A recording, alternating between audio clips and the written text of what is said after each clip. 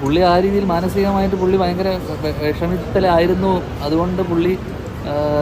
അതുകൊണ്ടാണ് പുള്ളി ആസിഫിനെ അല്ലെങ്കിൽ ആസിഫിനെ മൈൻഡ് ചെയ്യാതെ പോയതെന്നാണ് പറയുന്നത്. പക്ഷേ നമ്മളൊരാൾ എംബാരസ്ഡായി ഇൻസൾട്ടഡായി നിൽക്കുന്ന സമയത്ത് നമുക്ക് വേറൊരാളെ അതേ നാണയത്തിൽ നമുക്ക് വേറൊരാളെ ഇൻസൾട്ട് ചെയ്യാൻ പാടുണ്ടോ? അതേ ഫീലിംഗ് തന്നെയല്ലേ ആ സെയിം ആളും അനുഭവിച്ചിട്ടുണ്ടോ? നമ്മൾ വിഷമത്തിലിരിക്കുകയാണ്.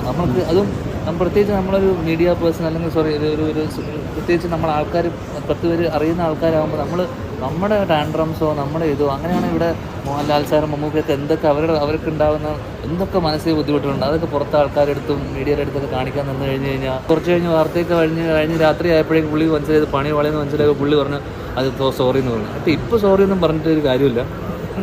ചെയ്തത് തെറ്റ് തന്നെയാണ്. ആസിഫ് അത് ഒരു ചെറിയ ചിരിയോടെ അത് അവസാനിപ്പിച്ചു. അതിനെ മൈൻഡ് ചെയ്തില്ല. അങ്ങനെയുള്ള ആൾക്കാർ നമ്മൾ ഈ ഒരു ചെറിയ ചിരിയിൽ നിന്ന് ഒതുക്കുക എന്നുള്ളത് മാത്രമേ ഉള്ളൂ.